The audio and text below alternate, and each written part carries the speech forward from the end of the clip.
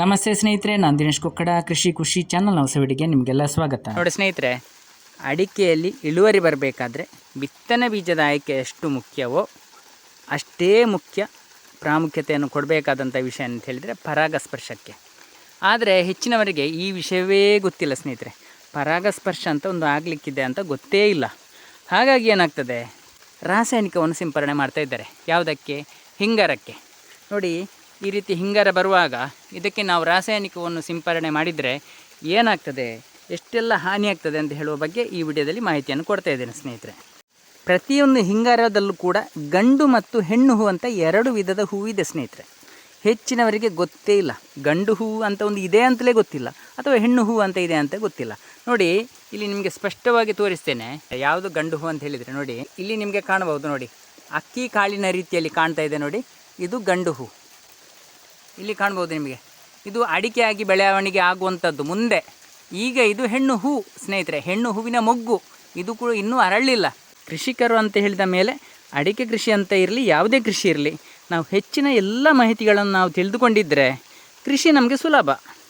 ಇಲ್ಲಿ ನೋಡಿ, ಇಲ್ಲಿ ಹೆಣ್ಣು ಹೂ ಅರಳಿದೆ, ನಿಮಗೆ ಕಾಣಬಹುದು. ಇದರ ಬಾಯಿ ಓಪನ್ ಆಗಿದೆ ನೋಡಿ. ಈಗಾದಾಗ ಇದಕ್ಕೆ ಅರಳಿದೆ ಅಂತ ಹೇಳೋದು. ಈ ಸಮಯಕ್ಕೆ ಸರಿಯಾಗಿ ಏನಾಗಬೇಕು, ಇಲ್ಲಿ ಒಂದು ಕೆಲಸ ನಡೀಲಿಕ್ಕಿದೆ ಸ್ನೇಹಿತರೆ. ಏನಂತ ಹೇಳಿದರೆ, ಈ ಗಂಡು ಹೂವಿನ ಒಳಗಡೆ ಬಿಳಿಯಾದಂಥ ಹುಡಿ ಇರ್ತದೆ, ಪರಾಗ ಅಂತ ಹೇಳ್ತೇವೆ ಅದಕ್ಕೆ. ಈ ಪರಾಗ ಈ ಹೆಣ್ಣು ಹೂವಿನ ಇದರ ಒಳಗೆ ಬೀಳಬೇಕು. ಗಂಡು ಹೂ ಮತ್ತು ಹೆಣ್ಣು ಹೂ ಒಂದೇ ಸಮಯಕ್ಕೆ ಅರಳುವುದಿಲ್ಲ. ಇದಕ್ಕೆ ಉದಾಹರಣೆ ಇಲ್ಲಿ ಕಾಣ್ಬೋದು ನೋಡಿ ಸ್ನೇಹಿತರೆ. ಇಲ್ಲೀಗ ಹೆಣ್ಣು ಹೂವು ಅರಳಿ ನಿಂತಿದೆ, ಇದರಲ್ಲಿ ಗಂಡು ಹೂ ಒಂದು ಇಲ್ಲ ನೋಡಿ, ಕಾಣ್ತದೆ ನಿಮಗೆ. ಹಾಗಂತ ಹೇಳಿ ಇದರಲ್ಲೂ ಗಂಡು ಹೂ ಅರಳಿಲ್ಲ, ಇದರಲ್ಲಿರುವ ಗಂಡು ಹೂ ಕೂಡ ಅರಳಿಲ್ಲ, ಇದು ಕೂಡ ಮೊಗ್ಗಾಗೇ ಇದೆ. ಹಾಗಾದರೆ ಇದಕ್ಕೆ ಎಲ್ಲಿಂದ ಬರಬೇಕು? ಪಕ್ಕದ ಗಿಡಗಳಿಂದ ಬರಬೇಕು ಸ್ನೇಹಿತರೆ. ಹಾಗಾಗಿ ನಾವು ಬಿತ್ತನೆ ಬೀಜವನ್ನು ಆಯ್ಕೆ ಮಾಡುವಾಗ ನೋಡಿ, ಈ ಗಿಡದಿಂದ ಬಿತ್ತನೆ ಬೀಜವನ್ನು ನಾವು ಆಯ್ಕೆ ಮಾಡಿದರೆ ಈ ಗಿಡದ ಗುಣಲಕ್ಷಣ ಈ ಬೀಜಕ್ಕೆ ಬರುವುದಿಲ್ಲ. ಯಾಕಂತ ಹೇಳಿದರೆ, ಇದಕ್ಕೆ ಪರಾಗ ಬೇರೆ ಗಿಡದಿಂದ ಬಿದ್ದಿರ್ತದೆ. ಪಕ್ಕದ ಯಾವುದೋ ಗಿಡ ಇರ್ತದೆ ನೋಡಿ, ಎಲ್ಲದರಲ್ಲೂ ಗಂಡು ಹೂಗಳಿರ್ತದೆ. ಅದರಿಂದ ಪರಾಗ ಬಂದು ಈ ಹೆಣ್ಣುವಿನ ಒಳಗಡೆ ಬೀಳ್ತದೆ, ಅದು ಫಲಿತಗೊಳ್ತದೆ. ಹಾಗಾದಾಗ ಈ ಹೆಣ್ಣು ಹೂವಿನಲ್ಲಿರುವಂಥದ್ದು ಗುಣ ಯಾವುದು? ಈ ಅಡಿಕೆ ಗಿಡದ ಗುಣ ಅಲ್ಲ, ಪಕ್ಕದ ಗಿಡದ ಯಾವುದೋ ಒಂದು ಅಡಿಕೆಯ ಗಿಡದ ಗುಣ. ಹೀಗಾದಾಗ ಏನಾಗ್ತದೆ ಅಂತ ಹೇಳಿದರೆ, ನಾವು ಬಿತ್ತನೆ ಬೀಜಕ್ಕೆ ಇದೇ ಗಿಡದಲ್ಲಿ ಒಳ್ಳೆಯ ಉತ್ತಮ ಬೀಜ ಇದೆ ಅಂತ ಆಯ್ಕೆ ಮಾಡಿದ್ರೂ ಕೂಡ ಇದರಲ್ಲಿ ಮೊಳಕೆ ಬಂದು ಗಿಡ ಆದ ನಂತರ ಕಾಯಿ ಆಗುವಂಥದ್ದು ಈ ರೀತಿದ್ದಲ್ಲ. ಹಾಗಾಗಿ ನಾವು ಪ್ರತಿಯೊಂದು ಗಿಡಗಳಿಂದಲೂ ಬಿತ್ತನೆ ಬೀಜವನ್ನು ಆಯ್ಕೆ ಮಾಡಿಕೊಳ್ಬೇಕು ಅಂತ ಹೇಳುವುದು. ಅದಿರಲಿ ಸ್ನೇಹಿತರೆ. ಇಲ್ಲಿ ಮುಖ್ಯ ವಿಷಯ ಏನಂತ ಹೇಳಿದರೆ, ಇಲ್ಲಿ ಪರಾಗಸ್ಪರ್ಶ ಆಗಬೇಕು ನೋಡಿ. ಇದನ್ನು ಮಾಡೋದು ಯಾರು? ನಾವಾ? ಅಲ್ಲ, ಯಾರು ಮಾಡಬೇಕು? ಇದು ಮಾಡಲೇಬೇಕು. ಬೇರೆ ಗಿಡದಿಂದ ಪರಾಗ ಬಂದು ಇದರ ಒಳಗಡೆ ಹಾಕಲೇಬೇಕು. ಹಾಕಿದರೆ ಮಾತ್ರ ಅದು ಫಲಿತಗೊಂಡು ನಮಗೆ ಈ ರೀತಿ ಅಡಿಕೆಯಾಗಿ ಸಿಗ್ತದೆ. ಇಲ್ಲದಿದ್ದರೆ ಏನಾಗ್ತದೆ, ಉದುರಿ ಹೋಗ್ತದೆ ಸ್ನೇಹಿತರೆ. ಈ ಉದುರಿ ಹೋಗುವುದನ್ನೇ ಕೆಲವರು ತಪ್ಪು ಮಾಹಿತಿ ಅಂತ ಹೇಳಿದರೆ ರೋಗ ಅಂತ ತಿಳ್ಕೊಳ್ತಾರೆ. ಈ ರೋಗ ಅಂತ ತಿಳ್ಕೊಂಡಾಗ ಏನಾಗ್ತದೆ, ಅದಕ್ಕೆ ಕೀಟನಾಶಕ ಸ್ಪ್ರೇ ಮಾಡ್ತಾರೆ. ಕೀಟನಾಶಕ ಸ್ಪ್ರೇ ಮಾಡಿದರೆ ಏನಾಗ್ತದೆ, ಮೊದಲು ಆ ಕೀಟನಾಶಕ ಸ್ಪ್ರೇ ಮಾಡಿದವನಿಗೆ ಆರೋಗ್ಯಕ್ಕೆ ಪೆಟ್ಟು ಕೊಡ್ತದೆ, ಮೊದಲನೇ ಪೆಟ್ಟು. ಎರಡನೇ ಪೆಟ್ಟು ಎಲ್ಲಿಗೆ ಬರ್ತದೆ, ಆ ಜಮೀನಿನ ಸುತ್ತಮುತ್ತಲಿರುವವರಿಗೆ ಪೆಟ್ಟು ಕೊಡ್ತದೆ. ಅಂದರೆ ಗಾಳಿಯಲ್ಲಿ ಆ ವಿಷ ಪ್ರಸರಣ ಆಗ್ತದೆ, ಗೊತ್ತಿದೆ ಎಲ್ರಿಗೂ. ಎಲ್ಲರ ಆರೋಗ್ಯ ಹಾಳಾಗ್ತದೆ. ಅದು ಇರಲಿ ಸ್ನೇಹಿತರೆ. ನಿಮಗೇನಾದರೂ ಮದ್ದು ಬಿಟ್ಟವನಿಗೇನಾದರೂ ಲಾಭ ಆಗ್ತದಾ? ಅದು ಇಲ್ಲ ಸ್ನೇಹಿತರೆ. ಯಾಕಂತ ಹೇಳಿದರೆ, ಈ ರೀತಿ ಗಂಡು ಹೂವಿನ ಪರಾಗ ಹೆಣ್ಣು ಹೂವಿನ ಒಳಗಡೆ ಬೀಳುವಂತೆ ಮಾಡುವುದು 70% ಕೆಲಸ ಮಾಡುವುದು ಒಂದು ಜೀವಿ ಸ್ನೇಹಿತರೆ, ಅದುವೇ ಜೇನುಹುಳ. ಬನ್ನಿ ಅದರ ಬಗ್ಗೆ ಹೆಚ್ಚಿನ ಮಾಹಿತಿ ಕೊಡ್ತೇನೆ. ಇದೊಂದು ಗಿಡವನ್ನು ಗಮನಿಸಿ, ಎಷ್ಟು ಚೆನ್ನಾಗಿ ಇಲ್ಲಿ ಫಲಿತಗೊಂಡು ಅಡಿಕೆ ಆಗುವ ಹಂತದಲ್ಲಿದೆ ಅಂತ ನೋಡಿ. ಸಾಧಾರಣ ಎಲ್ಲ ಹೆಣ್ಣು ಹೂಗಳು ಫಲಿತಗೊಂಡು ಈಗ ಅಡಿಕೆ ಆಗುವ ಹಂತದಲ್ಲಿದೆ. ಅಡಿಕೆ ಆಗುವ ಹಂತ ಅಂತ ಹೇಳಿದರೆ ಕಾಣ್ಬೋದು ನಿಮಗೆ, ಒಳಗಿನಿಂದ ಎಳೆಯ ಅಡಿಕೆ ಹೊರಗೆ ಕಾಣ್ತಾ ಇದೆ. ಇದು ಫಲಿತಗೊಂಡು ಬೆಳವಣಿಗೆ ಆದ್ದು ನೋಡಿ. ಈ ಗೊನೆಯಲ್ಲಿ ನೋಡಿ, ಅದಕ್ಕಿಂತಲೂ ಸ್ವಲ್ಪ ದೊಡ್ಡದಾಗಿದೆ. ಹಾಗಂತ ಹೇಳಿ ಇಲ್ಲಿ ನೋಡಿ, ಇದರಲ್ಲಿ ಇನ್ನೂ ಈಗಷ್ಟೇ ಅರಳಿರುವಂಥ ಹೆಣ್ಣು ಹೂವಿದೆ ನೋಡಿ, ಕಾಣ್ತಾ ನಿಮಗೆ. ನೋಡಿ, ಇದರಲ್ಲಿ ನೋಡಿ ಯಾವುದೇ ಗಂಡು ಹೂವಿಲ್ಲ. ಎಲ್ಲಿಂದ ಬರಬೇಕು ಇದಕ್ಕೆ ಪರಾಗ? ಬೇರೆ ಗಿಡದಿಂದ ಬರಲೇಬೇಕು ಸ್ನೇಹಿತರೆ. ಇದೇ ಗಿಡದಲ್ಲಿರುವ ಗಂಡು ಹೂ ಯಾವುದಿಲ್ಲ ನೋಡಿ. ಇಡೀ ಗಿಡದಲ್ಲಿ ಬೇಕಾದಷ್ಟು ಕಾಯಿಗಳು ಕಟ್ಟಿದೆ ಈಗಾಗಲೇ, ಆದರೂ ಒಂದೇ ಒಂದು ಗಂಡು ಹೂವು ನಿಮಗೆ ಕಾಣ್ತಾ ಇಲ್ಲ. ಇದನ್ನು ನಾವು ಕೃಷಿಕರು ತಿಳ್ಕೊಳ್ಬೇಕು ಸ್ನೇಹಿತರೆ. ಗಂಡು ಹೂ ಎಲ್ಲಿಂದ ಬರಬೇಕು, ಪರಾಗ ಎಲ್ಲಿಂದ ಬರಬೇಕು ಅಂತ, ಅಂದರೆ ಬೇರೆ ಗಿಡದಿಂದ ಬರಬೇಕು. ಇದನ್ನು ಮಾಡುವುದು ಜೇನುಹುಳಗಳು ಮಾತ್ರ 70%. ಬಾಕಿ 30% ಗಾಳಿಯಿಂದಲೂ ಕೂಡ ಆಗ್ತದೆ. ಆದರೆ ಅದರ ಪ್ರಮಾಣ ತುಂಬ ಕಡಿಮೆ ಸ್ನೇಹಿತರೆ. ಈ ಜೇನುಹುಳಗಳು ನಮಗೆ ಅತ್ಯಂತ ಮಹತ್ವದ್ದಾದಂತಹ ಒಂದು ಕೀಟವರ್ಗ. ಆದರೆ ನಾವು ಕೃಷಿಕರು ಜೇನು ಹುಳದ ಬಗ್ಗೆ ಅಥವಾ ಜೇನು ಕೃಷಿಯ ಬಗ್ಗೆ ನಾವು ಮಾಹಿತಿ ಇಲ್ಲದಿದ್ದರೆ, ನಮಗೆ ಏನು ಗೊತ್ತಿಲ್ಲದಿದ್ದರೆ ನಾವು ಅಡಿಕೆ ಕೃಷಿಯಲ್ಲಿ ಯಶಸ್ವಿಯಾಗಲಿಕ್ಕೆ ಸಾಧ್ಯನೇ ಇಲ್ಲ ಸ್ನೇಹಿತರೆ. ನಾವು ಜೇನು ಹುಳಗಳ ಬಗ್ಗೆ ಅಥವಾ ಕೀಟಗಳ ಬಗ್ಗೆ ಸ್ವಲ್ಪ ತಿಳ್ಕೊಳ್ಬೇಕು. ನೋಡಿ, ಹಿಂಗಾರ ಅರಳಿದೆ. ತುಂಬ ಕೃಷಿಕರು ರೋಗರಹಿತವಾದ ಆರೋಗ್ಯವಾದ ಹಿಂಗಾರಕ್ಕೇ ವಿಷವನ್ನು ಸ್ಪ್ರೇ ಮಾಡ್ತಾರೆ ಸ್ನೇಹಿತರೆ. ಎಲ್ಲರೂ ನಾವು ಯಾವಾಗಲೂ ಕೀಟನಾಶಕ ಸಿಂಪರಣೆ ಮಾಡಬೇಕಾದ್ರೂ ಯಾವಾಗ ಏನಾದರೂ ರೋಗ ಬಾಧೆ ಇದ್ದರೆ, ಆದರೆ ಈ ರೀತಿ ಆರೋಗ್ಯದಿಂದ ಇರುವಾಗಲೇ ನಾವು ಅದಕ್ಕೆ ವಿಷವನ್ನು ಸಿಂಪರಣೆ ಮಾಡಿದರೆ ಜೇನುಹುಳಗಳು ಬಂದು ಇದರ ಮೇಲೆ ಕೂತಾಗ ಜೇನುಹುಳಗಳು ಸಾಯೋದಿಲ್ವ? ಮತ್ತು ನಮ್ಮ ಪರಾಗಸ್ಪರ್ಶ ಮಾಡುವುದು ಯಾರು ಸ್ನೇಹಿತರೆ? ನಿಜವಾಗಿ ನಾವು ಕೃಷಿಕರು ಯಾವುದೇ ವಿಷಯವನ್ನು ತಿಳ್ಕೊಳ್ಳದೆ ಅಕ್ಕಪಕ್ಕದವರ ಮಾತುಗಳನ್ನೆಲ್ಲ ಕೇಳಿ ಕೃಷಿ ಮಾಡಿದರೆ ಸಂಪೂರ್ಣ ಕೃಷಿಯಲ್ಲಿ ವೈಫಲ್ಯವನ್ನೇ ಕಾಣ್ತೇವೆ. ವಾಟ್ಸಪ್ ಗ್ರೂಪ್ಗಳಲ್ಲಿದ್ದೇನೆ, ಅದರಲ್ಲಿ ತುಂಬ ಚರ್ಚೆ ಆಗ್ತದೆ, ಆ ರೋಗ ಬಂದಿದೆ, ಈ ರೋಗ ಬಂದಿದೆ, ಅದು ಹಾಗೆ ಇದು ಹೀಗೆ ಅಂತ. ಆದರೆ ಎಲ್ಲಿಯೂ ಕೂಡ ನಾನು ಈ ಜೇನುಹುಳಗಳನ್ನು ಸಾಕಿ ಜೇನುಹುಳಗಳ ಬಗ್ಗೆ ತಿಳ್ಕೊಳ್ಳಿ, ಪರಾಗಸ್ಪರ್ಶ ಮುಖ್ಯ, ಕೀಟನಾಶಕ ಅಷ್ಟೊಂದು ಸ್ಪ್ರೇ ಮಾಡಬೇಡಿ, ಎಲ್ಲವನ್ನು ನಾವು ಪ್ರಕೃತಿ ಸಹಜವಾಗಿ ಮಾಡ್ಕೊಂಡು ಹೋಗೋಣ ಅಂತ ಎಲ್ಲಿಯೂ ಯಾವುದೇ ಒಂದು ಲೇಖನ ಕೂಡ ಬರುವುದಿಲ್ಲ ನಾನು ನೋಡಿದ ಮಟ್ಟಿಗೆ. ಎಲ್ಲದರಲ್ಲಿ ಇರುವುದೇನು, ಎಲೆ ಚುಕ್ಕಿ ರೋಗ, ಆ ರೋಗದಿಂದ ನಷ್ಟ, ಈ ರೋಗದಿಂದ ನಷ್ಟ ಅಂತ, ಅದು ಹೊರತು ಬೇರೆ ಏನಿಲ್ಲ ಸ್ನೇಹಿತರೆ. ನಾವು ಕೃಷಿಯ ಬಗ್ಗೆ ಆದಷ್ಟು ಹೆಚ್ಚಿನ ಮಾಹಿತಿಯನ್ನು ತಿಳ್ಕೊಂಡು ಪ್ರಕೃತಿಗೆ ಸಹಜವಾಗಿ ನಾವು ಕೃಷಿಯನ್ನು ಮಾಡ್ತಾ ಹೋದರೆ ಕೃಷಿಯಲ್ಲಿ ಖಂಡಿತವಾಗಿಯೂ ನಮಗೆ ಸೋಲಾಗುವುದಿಲ್ಲ. ಬನ್ನಿ ಜೇನಿನ ಬಗ್ಗೆ ಇನ್ನೂ ಸ್ವಲ್ಪ ಹೆಚ್ಚಿನ ಮಾಹಿತಿಯನ್ನು ತಿಳ್ಕೊಳ್ಳೋಣ ಸ್ನೇಹಿತರೆ. ಈ ಜೇನು ಕುಟುಂಬದಲ್ಲಿ ತೊಡುವೆ ಜೇನು ಅತ್ಯಂತ ಪ್ರಚಲಿತದಲ್ಲಿರುವಂಥದ್ದು, ಫೇಮಸ್ ಆಗಿರುವಂಥದ್ದು.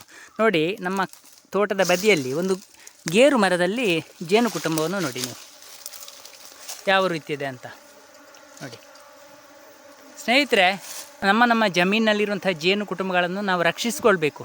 ಯಾವುದೇ ಕಾರಣಕ್ಕೂ ನಾವು ಅದರ ಬಗ್ಗೆ ನಿರ್ಲಕ್ಷ್ಯ ಭಾವನೆ, ಅಥವಾ ಕೆಲವರೇನು ಮಾಡ್ತಾರೆ, ಈ ರೀತಿ ಜೇನು ಕುಟುಂಬಗಳಿರುವಾಗ ಏನು ಮಾಡ್ತಾರೆ ಅಂತ ಹೇಳಿದರೆ, ಬೇರೆಯವರನ್ನು ಕರೆಸಿ ಅದರ ತುಪ್ಪವನ್ನು ತೆಗಿಲಿಕ್ಕೆ ಅಂತ ಆ ಮರವನ್ನು ಕಡಿದು, ಕೆಲವು ಜೇನು ಕುಟುಂಬಗಳು ಹುತ್ತದಲ್ಲಿರ್ತದೆ, ಬಿಲದಲ್ಲಿರ್ತದೆ, ಆದರೆ ನೋಡಿದವರು ಅಷ್ಟಕ್ಕೆ ಬಿಡುವುದಿಲ್ಲ, ಅದನ್ನು ಎಲ್ಲ ಜೇನನ್ನು ತೆಗೆದು ಅದನ್ನು ಅಲ್ಲಿಂದ ಓಡಿಸುವಂಥ ಪ್ರಯತ್ನ ಮಾಡ್ತಾರೆ ಸ್ನೇಹಿತರೆ.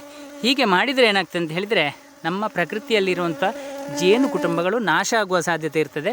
ಅಷ್ಟೇ ಅಲ್ಲದೆ ನಮ್ಮ ತೋಟದಲ್ಲಿರುವಂಥ ಅಡಿಕೆಯ ಪರಾಗಸ್ಪರ್ಶ ಖಂಡಿತ ಆಗುವುದಿಲ್ಲ. ಪರಾಗಸ್ಪರ್ಶ ಆಗುವುದೇ 70% ಜೇನುಗಳಿಂದ, ಜೇನು ಕುಟುಂಬಗಳಿಂದ ಅಥವಾ ಇಂತಹ ಕೀಟಗಳಿಂದ, ಮನುಷ್ಯರಿಗೆ ಉಪಕಾರ ಮಾಡುವ ಕೀಟ ಅಂತ ಹೇಳ್ತೇವೆ ಇದಕ್ಕೆ ಸ್ನೇಹಿತರೆ. ಕಳೆದ 10 ವರ್ಷಕ್ಕಿಂತ ಮೇಲ್ಪಟ್ಟು ಈ ಮರದಲ್ಲಿದೆ ಜೇನು ಕುಟುಂಬ ನಿರಂತರವಾಗಿ. ನಾನು ಯಾವುದೇ ಕಾರಣಕ್ಕೂ ಇದರ ಜೇನು ತುಪ್ಪವನ್ನು ತೆಗಿಲಿಕ್ಕೆ ಹೋಗುವುದಿಲ್ಲ. ಯಾಕಂತ ಹೇಳಿದರೆ ನಮಗೆ ಲಾಭ ಆಗುವುದು ಇದರಿಂದ ಆಗುವಂಥ ಪರಾಗಸ್ಪರ್ಶದಿಂದ ಆಗುವಂಥ ಅಡಿಕೆಯಿಂದ. ನಮಗೆ ಜೇನು ಬೇಕಿದ್ದರೆ ಸರಳವಾದ ಉತ್ತರ ಇದೆ ಸ್ನೇಹಿತರೆ, ಸರಳವಾದ ವಿಧಾನ ಇದೆ. ಏನಂತ ಹೇಳಿದರೆ, ನಮ್ಮ ತೋಟದಲ್ಲಿ ನಮ್ಮ ಜಮೀನಿನ ಸುತ್ತಮುತ್ತ ಜೇನು ಪೆಟ್ಟಿಗೆಗಳನ್ನು ಇಡುವುದು, ಅಂದರೆ ಸಾಕಣೆಯ ಜೇನು. ಇದು ಕಾಡು ಜೇನಾದರೆ ಇನ್ನು ಸಾಕಿದ ಜೇನು ಅಂತ ಇದೆ, ಎರಡೂ ಒಂದೇ, ಅದರ ಎಲ್ಲ ಜಾತಿಗಳು ಒಂದೇ. ಆದರೂ ಕೂಡ ಈ ಕಾಡು ಜೇನಿಗೆ ಸ್ವಲ್ಪ ಮನುಷ್ಯರ ಸಂಬಂಧ ಇರುವುದು ಕಡಿಮೆ. ನಾವು ಪೆಟ್ಟಿಗೆಯಲ್ಲಿ ಸಾಕಿದ ಜೇನು ಮನುಷ್ಯರ ಸಂಪರ್ಕಕ್ಕೆ ಬಂದ ಕಾರಣ ಸ್ವಲ್ಪ ಅದಕ್ಕೆ ಒಂದು ಬುದ್ಧಿ ಕಲಿತಾಗಿರ್ತದೆ ಅಷ್ಟೇ. ಎರಡೂ ಕೂಡ ತೊಡುವೆ ಜೇನುಗಳೇ. ನಾವು ಕೃಷಿಕರು ಒಳ್ಳೆಯ ಹವ್ಯಾಸಗಳನ್ನು ಬೆಳೆಸ್ಕೊಳ್ಬೇಕಾಗ್ತದೆ. ಇದರಿಂದ ನಮಗೇನು ಮನಸ್ಸಿಗೂ ನೆಮ್ಮದಿ ಇರ್ತದೆ, ಅಷ್ಟೇ ಅಲ್ಲದೆ ನಮ್ಮ ತೋಟದ ಇಳುವರಿಗೂ ಲಾಭ ಆಗ್ತದೆ. ನಮಗೆ ಅಗತ್ಯವಾಗಿ ಬೇಕಾದ್ದು ತರಬೇತಿ ಇಲ್ಲದೆ ನಾವು ಯಾವುದೇ ಕೆಲಸ, ಅದು ಅಡಿಕೆ ಕೃಷಿಯೇ ಆಗಿರ್ಬೋದು. ಈಗ ನನಗೆ ಇದರಿಂದ ಎಷ್ಟು ಲಾಭ ಅಂತ ಹೇಳಿದರೆ, ಶುದ್ಧವಾದ ಜೇನುತುಪ್ಪ ಸಿಗುವುದರ ಒಂದಿಗೆ ಅಡಿಕೆಯ ಇಳುವರಿ ಹೆಚ್ಚಾಗಲಿಕ್ಕೆ ದೊಡ್ಡ ಕಾರಣ ಇದೆ ಸ್ನೇಹಿತರೆ. ನಾನು ಪದೇ ಹೇಳ್ತಾ ಇರೋದು ಹಾಗೆಯೇ. ಅಂದರೆ ಪರಾಗಸ್ಪರ್ಶ ಆದರೆ ಮಾತ್ರ ನಮ್ಮ ತೋಟದಲ್ಲಿ ಇಳುವರಿ ಹೆಚ್ಚಾಗ್ತದೆ.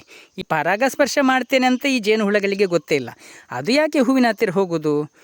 ಅದಕ್ಕೆ ಆಹಾರ ಪರಾಗ, ಅದಕ್ಕೆ ಆಹಾರ ಮಕರಂದ ಮತ್ತು ಪರಾಗವನ್ನು ಸಂಗ್ರಹಣೆ ಮಾಡಲಿಕ್ಕೆ ಅಂತ ಹೋಗುವಾಗ ಅದು ನೈಸರ್ಗಿಕವಾಗಿ ಗಂಡು ಹೂವು ಮತ್ತು ಹೆಣ್ಣು ಹೂವಿನ ಮಿಲನ ಆಗಿ ಕಾಯಿ ಕಟ್ತದೆ. ಇದನ್ನು ಜೇನುಹುಳಗಳಿಗೆ ಗೊತ್ತಿರುವುದಿಲ್ಲ, ಆದರೆ ನಮಗೆ ಗೊತ್ತಿದೆ ಇದನ್ನು ಮಾಡೋದು ಜೇನುಹುಳಗಳು ಅಂತ. ಹಾಗಿರುವಾಗ ನಾವು ತೋಟದಲ್ಲಿ 1-2 ಪೆಟ್ಟಿಗೆ ಇಡಲೇಬೇಕು. ನೈಸರ್ಗಿಕವಾದ ಜೇನು ಕುಟುಂಬಗಳೊಂದಿಗೆ ನಾವು ತೋಟದಲ್ಲಿ ಇಂತಹ ಪೆಟ್ಟಿಗೆಗಳನ್ನು ಇಟ್ಟು ಸಾಕಣೆ ಮಾಡಿದರೆ ನಮ್ಮ ಹವ್ಯಾಸ, ಮನಸ್ಸಿಗೆ ಒಂದು ಖುಷಿ. ನೋಡಿ, ಜೇನುಹುಳಗಳು ನೋಡಿ ಪರಾಗವನ್ನು ತಂದು ಕೊಂಡೋಗ್ತಾ ಇದೆ ನೋಡಿ, ಗಮನಿಸಿ ಇಲ್ಲಿ ನೋಡಿ, ಇದರ ಕಾಲುಗಳನ್ನು ಗಮನಿಸಿ ನೀವು, ಪರಾಗ ಇದೆ ನೋಡಿ. ಯಾವುದೋ ಹೂವಿನಿಂದ ತಂದು ಇದರ ಪೆಟ್ಟಿಗೆ ಒಳಗಡೆ ಶೇಖರಣೆ ಮಾಡ್ತದೆ, ಅದರ ಕುಟುಂಬ ಸಂಸಾರ ಬೆಳವಣಿಗೆ ಆಗಲಿ ಅಂತ. ಕಾಲುಗಳಲ್ಲಿ ಎಷ್ಟು ತರ್ತಾ ಇದೆ, ಬೇರೆ ಬೇರೆ ಹೂಗಳ ಹತ್ತಿರ ಹೋಗಿ ಕಾಲುಗಳಲ್ಲಿ ಹಿಡ್ಕೊಂಡು ಬರ್ತದೆ ನೋಡಿ.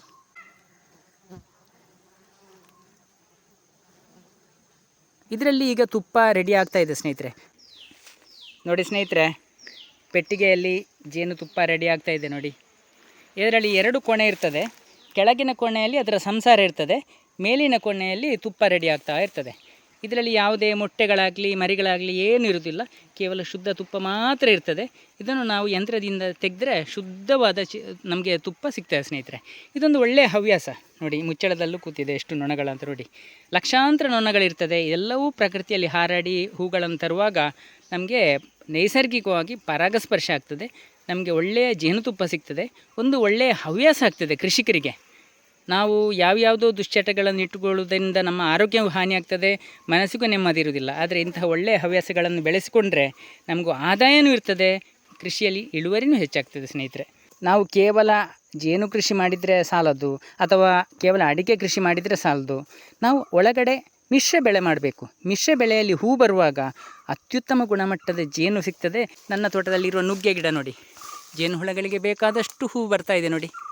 ನಾನು ಎಲ್ಲಿಯಾದರೂ ಈ ನುಗ್ಗೆ ಗಿಡವನ್ನು ನೆಡದಿರ್ತಿದ್ರೆ ಜೇನು ಕುಟುಂಬಗಳಿಗೆ ಆಹಾರದ ಲಭ್ಯತೆ ಕಮ್ಮಿ ಆಗ್ತದೆ. ಅಷ್ಟೇ ಅಲ್ಲದೆ ನೋಡಿ, ಇಲ್ಲಿ ಕಾಡು ಗಿಡಗಳಿದೆ, ಇದರಲ್ಲಿ ಹೂವಿದೆ. ಹಳದಿ ಹೂವಿನ ಗಿಡ ಇದೆ ನೋಡಿ, ಇದರಲ್ಲಿ ಹೂವಿದೆ. ಮಾವಿನ ಹೂವಿದೆ, ಗಮನಿಸಿ ನೀವು ನೋಡಿ. ಇಲ್ಲಿ ಅಂಬಟೆ ಗಿಡ ಇದೆ ನೋಡಿ, ಇದರಲ್ಲಿ ಹೂವಿದೆ. ಬಿಳಿ ನೇರಳೆ ಗಿಡ ಇದೆ ನೋಡಿ, ಇದರಲ್ಲೂ ಹೂ ಬಂದಿದೆ. ಪರಾಗಸ್ಪರ್ಶ ಆಗ್ತದೆ ಮತ್ತು ಜೇನುಹುಳಗಳಿಗೆ ಆಹಾರ ಸಿಗ್ತದೆ. ನೇರಳೆ ಗಿಡ ದೊಡ್ಡ ನೋಡಿ, ಎಷ್ಟು ದೊಡ್ಡ ಹೂವಿದೆ, ಮೊಗ್ಗಿದೆ, ಹೂವಿನ ಮೊಗ್ಗು. ಇದರಲ್ಲಿ ಅರಳುವಾಗ ಅದರಲ್ಲೂ ಆಹಾರ ಸಿಗ್ತದೆ ನೋಡಿ. ಇಲ್ಲಿ ಕಾಫಿ ಹಣ್ಣಾಗಿದೆ ನೋಡಿ, ಎಷ್ಟು ಸುಂದರವಾಗಿ ಕಾಣ್ತದೆ. ಈ ಕಾಫಿ ಆಗಬೇಕಾದ್ರೂ ಜೇನುಹುಳಗಳು ಬೇಕೇ ಬೇಕು, ಪರಾಗಸ್ಪರ್ಶ ಮಾಡಲೇಬೇಕು. ಇದರ ಹೂವಲ್ಲೂ ಅದಕ್ಕೆ ಆಹಾರ ಮಕರಂದ ಪರಾಗ ಸಿಗ್ತದೆ. ಈ ಬಾಳೆ ಹೂವಿನಲ್ಲಿರುವಷ್ಟು ಮಕರಂದ ಯಾವುದೇ ಹೂವಿನಲ್ಲಿ ಇರುವುದಿಲ್ಲ, ಅಷ್ಟು ಮಕರಂದ ಸಿಗ್ತದೆ ನೋಡಿ. ಇದರ ಎಡೆಯಲ್ಲಿ ಮಕರಂದ ಇರ್ತದೆ ನೋಡಿ. ಇಲ್ಲಿ ಏಲಕ್ಕಿ ಹೂಗಳು ಬಿಡ್ತಾ ಇದೆ, ಈಗ ಪ್ರಾರಂಭ ಆಗಿದೆ ನೋಡಿ. ಎಷ್ಟು ಸುಂದರವಾದ ಹೂವು, ಏಲಕ್ಕಿಯ ಹೂವನ್ನು ನೋಡಿ. ಇದು ಕೂಡ ಜೇನುಹುಳಗಳಿಗೆ ಇದರಿಂದಲೂ ಪರಾಗ ಮಕರಂದ ಸಿಗ್ತದೆ. ಈಗ ನೀವೇ ನೋಡಿದ್ರಲ್ಲ ಸ್ನೇಹಿತರೆ, ಎಷ್ಟು ವಿಧದ ಹೂಗಳು ನನ್ನ ತೋಟದಲ್ಲಿ ಇದೆ ಅಂತ. ಅಷ್ಟೇ ಅಲ್ಲದೆ ಅಡಿಕೆಯಲ್ಲಿರುವಂಥ ಹೂಗಳು ಸೇರಿ ಅತ್ಯುತ್ತಮ ಆಹಾರ ನಮ್ಮ ಜೇನುಹುಳಗಳಿಗೆ ಸಿಗ್ತದೆ. ಅತ್ಯುತ್ತಮ ಗುಣಮಟ್ಟದ ತುಪ್ಪ ಕೂಡ ಸಿಗ್ತದೆ. ಇದೇ ರೀತಿ ನಾವು ಕೃಷಿ ಮಾಡಿದರೆ ಮಾತ್ರ ಸ್ನೇಹಿತರೆ ನಮಗೆ ಕೃಷಿಯಲ್ಲಿ ಖುಷಿ ಇರ್ತದೆ, ಕೃಷಿ ಯಶಸ್ವಿಯಾಗ್ತದೆ, ನೆಮ್ಮದಿ ಇರ್ತದೆ. ಮುಖ್ಯವಾಗಿ ಸ್ನೇಹಿತರೆ, ಈ ಕೃಷಿ ಮಾಹಿತಿ ನಿಮಗೆಲ್ಲ ಇಷ್ಟವಾಗಿದ್ದರೆ, ಸಬ್ಸ್ಕ್ರೈಬ್ ಮಾಡದೆ ನೋಡ್ತಿದ್ದರೆ ದಯವಿಟ್ಟು ಸಬ್ಸ್ಕ್ರೈಬ್ ಮಾಡಿ. ಹಾಗೆಯೇ ಬೇರೆಯವರಿಗೂ ಶೇರ್ ಮಾಡಿ, ಒಂದು ಲೈಕ್ ಕೊಡಿ ಸ್ನೇಹಿತರೆ. ಮುಂದಿನ ವಿಡಿಯೋದೊಂದಿಗೆ ಮತ್ತೆ ಸಿಗೋಣ. ಧನ್ಯವಾದಗಳು.